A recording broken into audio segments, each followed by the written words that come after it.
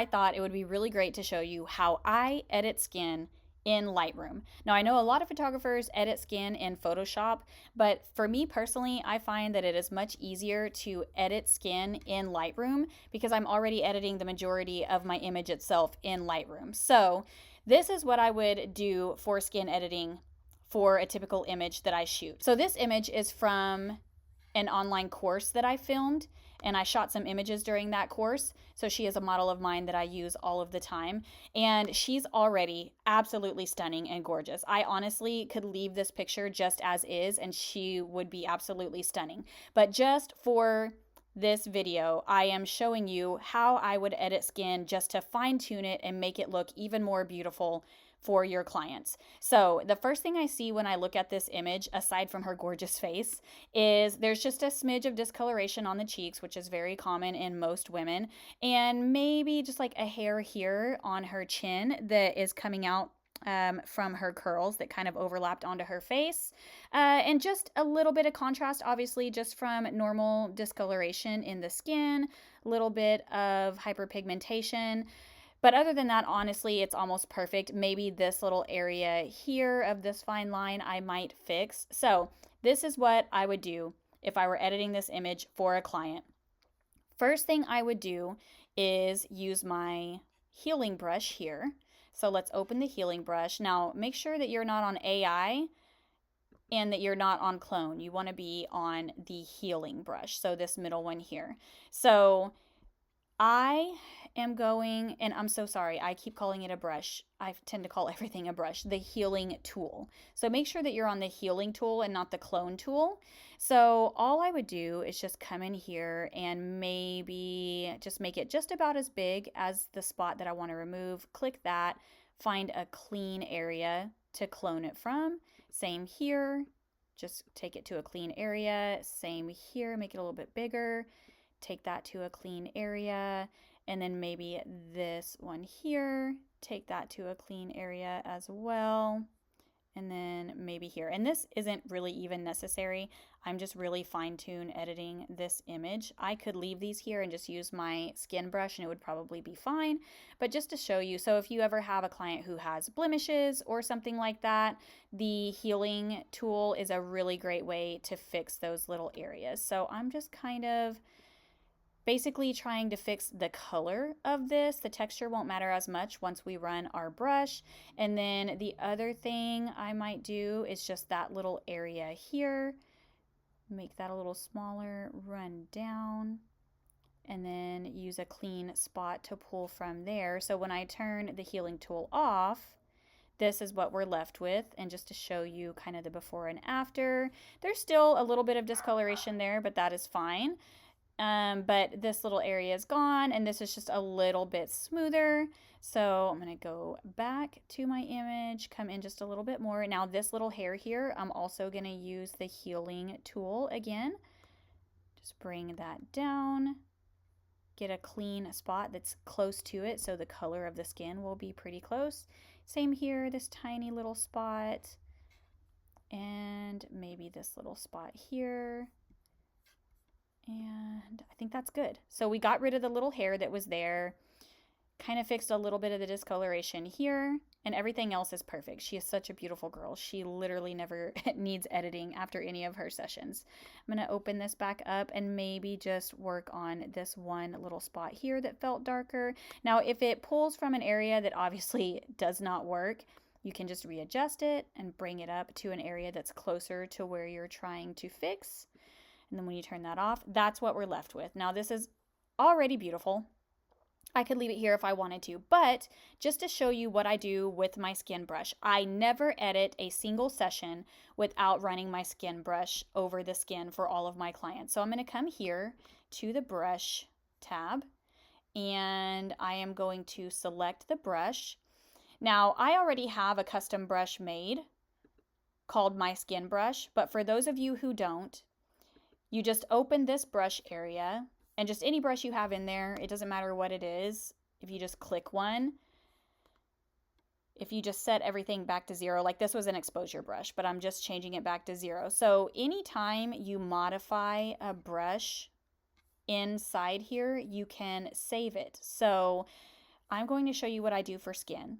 I keep coming down until I get to the texture, clarity, and dehaze portion within this brush. Now remember, this is different than just your normal tree, because the tree over here has texture, clarity, dehaze, but we are actually going into the brush tab.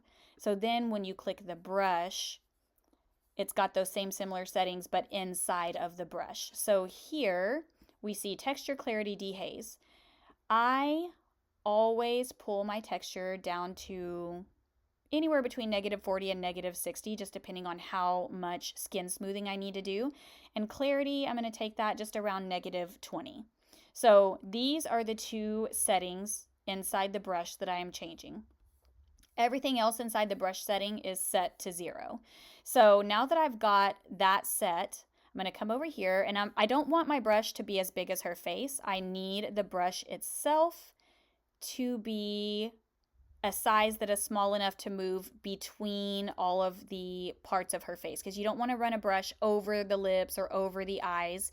You only want to run it on the skin itself that you're trying to smooth. So all I'm going to do is start brushing this setting on to the open skin, not going over the lips, not going over the eyes, only going over the clean skin. Don't touch the eyebrows, don't touch the eyes, don't touch the hair. Get right up to it, and the more you do this, the more you'll get a feel for how far you need to go. But that just smoothed her skin. So I'm going to close that out. Oh, and also just to show you, with that brush open, that was at -40. So if we go back down here and adjust this brush even further, maybe take the texture down to -50 instead of 40, you can see here the skin has gotten even smoother. Same for clarity. I can pull that over a little bit more. So you can see here the skin is getting even smoother. So now that we've got that adjusted, I'm going to go to the side by side, the before and after, so that you can see. So obviously just normal texture in the skin here between the eyebrows, just on the cheeks. This is all normal texture that anybody would have on their skin. But for photography, we always love skin smoothing just to make it extra creamy and beautiful. So you can see the pores here and just the little bit of texture in and around her skin. But if you notice over here, the skin is really smooth, really creamy, but you've still got some texture in there. You can still see some pores here. You don't want to take it out completely so that she doesn't look like a Barbie doll. But you can see here that some of the pores and the texture and a little bit of fine lines is so much less noticeable on this side after we ran the brush.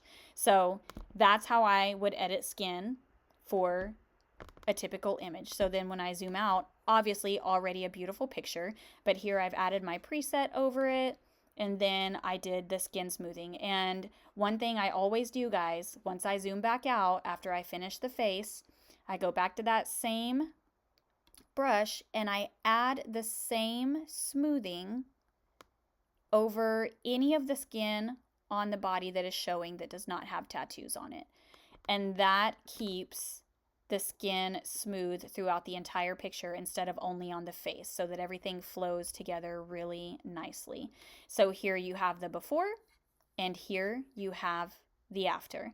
And to me, it's just a very subtle change, but you can tell just how dreamy and creamy the skin looks in the final image. Both are absolutely stunning. I would be happy with either one, but if you are really wanting to focus on having skin super smooth and supple and creamy and dreamy for your clients, this is definitely an easy way to do it. So that's how I would edit skin in a typical image. And it's literally just 2 steps. I just use the healing tool to get rid of any blemishes or lines that I see, and then I use a skin brush to smooth the skin. Now, if you guys are starting to use your skin brushes, so we can go to this brush that we just did. I'm selecting it here, and that is the brush we just did. There is a way to save your custom brush setting so that you don't have to manually create this brush for every single image or every single session. You can save your brush settings as a custom brush. So how you're going to do that is with your brush tab open, we've selected the brush that we're going to save.